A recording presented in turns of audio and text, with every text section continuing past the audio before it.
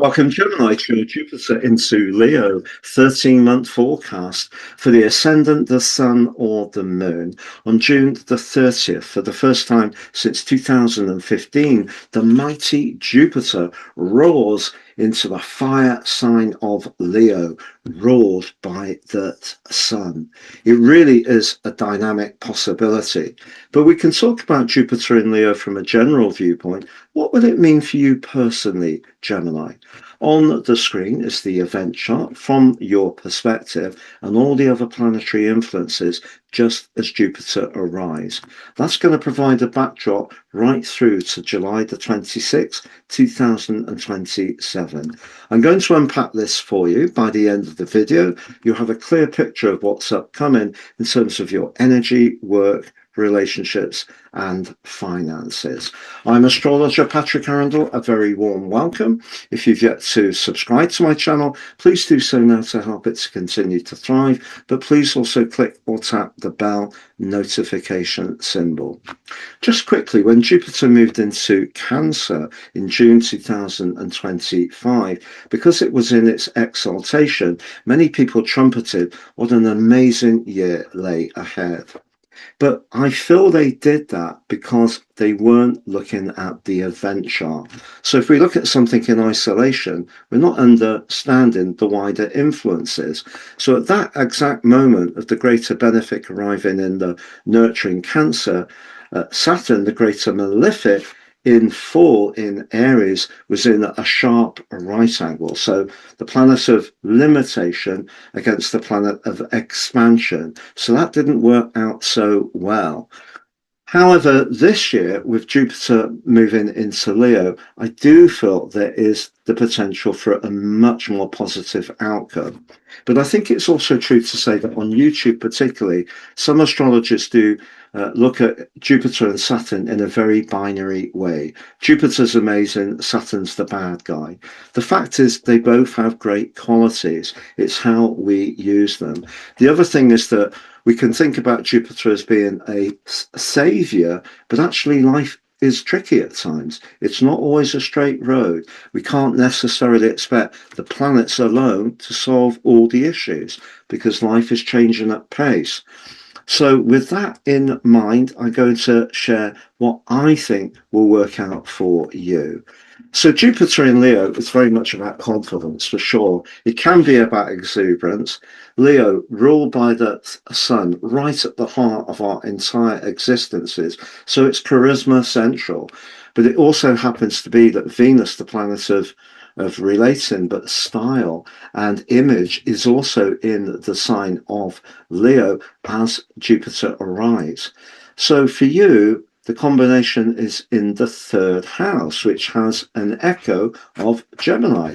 So your ability to share ideas, beliefs, concepts, but also to inspire other people with extra confidence, and perhaps through coaching or teaching or training or technology, is really turned up to max. Really exciting stuff.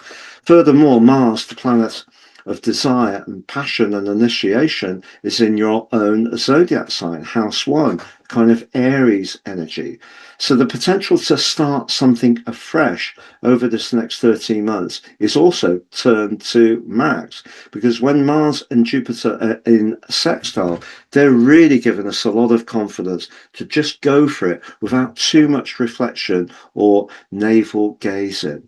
But with Uranus also in the mix, we get that electric, quick energy, which can be about change. But remember, Uranus can also be about intuition. So your intuition linked to your confidence about your beliefs or ideas is again really working very well. But even this chart, which has so many advantages, doesn't necessarily have everything perfect. But we do have Neptune, the planet of dreams and idealism, in the fire sign of Aries, hot and arid, forging a fabulous trine to Jupiter. The two are the co-regents of the water sign of Pisces, and very much about dreams and inspiration. So if there's something you're aspiring to about your future, the 11th house, or there's people you want to connect to whose ideas really gel with yours and you find very uplifting, those associations, because the third house can be very much, if you like, um, the way we connect. The 11th house is really perhaps why we connect. So this can be through technology. It can be through meetups. It can be because of shared interests. But there's a real sense of excitement that's coming from these guys in your sign, but also inspiration from Neptune. Then we have Saturn, the greater malefic, still in the sign of Aries, like it was when Jupiter first arrived in Cancer, even though it did move back into Pisces. Well, that's in a terrific link with Venus. So if there are people that you're aligned to, where you do feel very much part of a group and you feel very comfortable and it feels very stable, those relationships can get ever stronger. But what are the catches? Well, if we think about Chiron, it's recently moved into the sign of Taurus. That's very much about values, self-worth, and even how we feel about, maybe, do we identify our value in monetary terms, very Taurus, but that's linking in a square to Jupiter. So one of the dangers with Jupiter is we can over-egg the pudding. We can kind of big ourselves up to make ourselves feel better. If there is a wound, particularly a psychological wound, Jupiter could see us exaggerate in order to mask how vulnerable we might feel. So we may be the person who can share ideas in a very charismatic way, but underneath that, there may be something that's not working quite so well. Also, your ruler Mercury is now officially in retrograde in the second house of your situation. So if you are talking about your values, like we were talking about Chiron in Taurus, you need to be very clear. So even though communications can be very, very rapid over these next 13 months and absolutely fantastically exciting, being earthed will be important, but particularly about resources, because this event occurs just right behind a full moon. But a full moon with the moon detrimented in the sign of Capricorn, where it's not so much about nurture, it's more practical, not a bad thing, but it's in the 8th house. That can be shared resources. It can be where we're most deeply invested. So because of the opposition with the sun, there's a polarity there that has a tension. So as much as Jupiter brings an uplift and hope and positivity and the potential for things to be fabulous, we still need to get that tension between the different energies the moon and the sun represent to work for us. Also, we have Mars newly arrived in your zodiac sign after a difficult journey through your 12th house of 6 weeks in a bitter clash with the nodal axis. And I think here, if you do feel impulsive, if you want to charge forwards at such a pace of knots that you're not considering what the spiritual dimension is in terms of how you appear to the world at large, or how it is for you more emotionally, that could be something that doesn't quite work so well. So you can see that for all the enthusiasm, positivity, there are some challenges of overconfidence, of perhaps wanting more recognition, a little bit more recognition, because we're acting out a little bit in what we say and how we come across because of that frailty underneath the surface. We can also perhaps take on grand projects that don't actually ever materialize because our hopes for them are actually too high, they're unrealistic. It's also possible to go beyond our means. Now, Jupiter in the third house, it wouldn't be a surprise for many Geminis if you did get a new mode of transport, particularly a mode of transport that was actually very liberating. Now, for some people, that could be a new mountain bike. I actually saw one on a car yesterday when I was walking down to the beach with the dog. And my word, it must have cost so much money because it had all this suspension on. And I thought, wow, they need to keep that secured to that roof rack. So Jupiter in the third house, great for swift movement that is very freeing. But for another person, a mountain bike might be the last thing they want. But perhaps they'd like an electric bike. The electricity of Uranus linking to Jupiter creating more freedom and flexibility of movement. Or then it could be, no, I want a new motor vehicle. No, I actually enjoy my Luddite credentials and I'm going to resist all this change. And I want a diesel. I want a Volkswagen diesel engine because they're utterly reliable. And even if it's not the done thing to do. So it just depends on who you are. But I think something which helps you to be a bit more nimble in how you connect to others. But a freshness is definitely coming through. And I really do feel that this does offer great opportunities for you. Now, the other thing just to say is that Jupiter is also in a quincunx with that North Node. So our ideas or any attachment to the ideas we have or the beliefs we have, again, it's how we're perhaps really being in terms, and again, this is not based on your natal North Node, this is just based on Gemini, the North Node over the last year and a half in Pisces. It's been asking you to really trust the process in terms of your instincts of how you connect to the wider world. So for an air sign with this fire energy, really important to stay in touch with those instincts and important to understand the give and take around who does and gives what, or around your values, around finances. Also be aware of your frailties and vulnerabilities. Now, from the 15th of August to the 9th of October, had to read my notes because it's a lot of information to remember. Jupiter moves through the second decan of the sign of Leo, which it rules. So the potential for you to absolutely spellbind people with your personality power will be turned up even higher. That's repeated from the 27th of Feb to the 28th of May because the retrograde, 4 monthly annual retrograde, comes very late in the year on the 13th of December. And in terms of the Cazimi, the Jupiter Cazimi this year occurs on the 29th of July. And clearly, because the Sun is the ruler of the sign of Leo and Jupiter is in Leo, that gives that Cazimi a much greater resonance. So I feel that there's a lot for you to go for, but it's really also being conscious of those snags. And just one final one. Jupiter opposite Pluto can give people a desire to succeed, whether it's through something they're very driven about or perhaps even feeling rather obsessed about.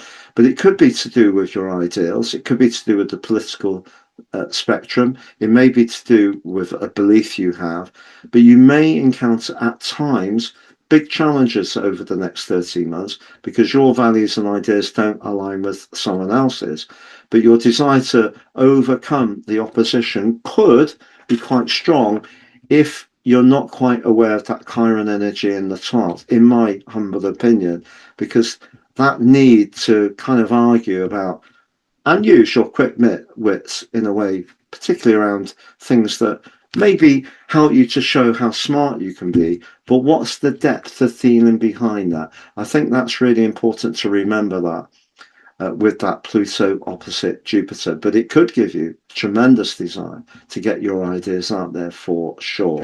I'm going to summarize those four areas of vitality, work, relationships, and finances next. But just to say, you can download my free Jupiter factoid. It tells you all about the mythology, the astronomy, astrology, and much more. Please see below for more.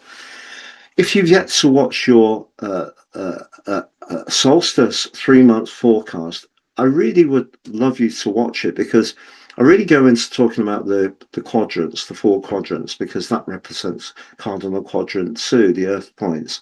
Really important trigger points in the year because cardinal signs are very much about leadership and action and authority. But I think it's something that gets missed that Western tropical astrology is very much predicated on the seasons, not on the overall calendar. And if you would like to work with me one-to-one, it'd be an absolute pleasure. Please see my testimonials below. I've reduced the price of my personal horoscopes. For a long time, it was buy two, get 30% off. It's now get three for the price of one. You get your life roadmap report, which helps us to understand the patterns that play out in our lives in a much more intimate way to work with those energies better future forwards. But also, you get your free 12 months transit, totally unique to you, and also your draconic soul karmic analysis, which helps us to look at astrology, life, and ourselves in a different and profound way. Please see below for more. If you've yet to sign up for my free daily written horoscope fired to your device each morning, please check that out too. Get your celestial pit stop early each day. So, energy. I have to say, I think your energy can be fantastic over the next year. But it is also important to be mindful of Chiron. Not Chiron so much in a physical sense, sorry, a physiological sense, but more in a psychological sense. Because if you overdo anything, and clearly with Jupiter in that opposition with Pluto, and Jupiter and Mars and Jupiter and Uranus, it's going to make it very difficult for you to say no to any exciting invite or interaction with people. So Chiron's saying it is going to be important time to rest, but also get in touch with your soul purpose, not be totally in the realms of ideas and action. Because fire sign, action, air sign, obviously ideas. But what Mars and Uranus certainly give you is oxygen for the action of Jupiter. How fabulous. I'm really excited. Um, and so that's very igniting in terms of your vitality, but I think there will be times when you need to just chill out a little bit for sure. Also, the sun's in a little bit of a broadish right angle with Neptune. For these illustrations, if I was talking to a client one-to-one, I would be sharing that Neptune is square the sun. And that, of course, can be a disorientating influence, but it can also be one that perhaps would make a person much more conscious of wanting to do things that are more imaginative. So it doesn't have to be all bad. But I think for these charts, I try to keep the orb very tight to try to make the influence as sharp of the forecast as sharp as possible. But I think energy generally is going to be pretty good indeed. Now, what about finances? Well, we saw that we have that full moon going on. So there could be a tussle over shared finances, and your ruler Mercury is in retrograde. I think your excitement and verve and passion are going to be so on fire. One of the things that could happen is that you may go into situations quite rapidly. And I think if you can, because you are so good at creating a little bit of a pivot, a swivel, and then twisting out, thinking about things, looking at it from a completely different perspective, that's one of your great magical tricks. And that is something you can do, I feel. But just be aware that there may be situations that go in so quick, it can be difficult to do that. So I would say don't rush financial decisions, but particularly around shared resources. As far as your professional situation is concerned, the link between Pluto, Mars, Uranus, and generally with Jupiter backwards is really good because I feel like you often are obviously a communicator, but I think you're going to be a communicator right at the heart of the action. I don't think you're just going to be someone who's part of something. That doesn't mean to say you can't be a part of something, particularly with Jupiter and that magical link to Neptune. But I think you need to be at the heart or in the mix of one of the leaders, Leo, of any situation you're invested in. Otherwise, you just get bored.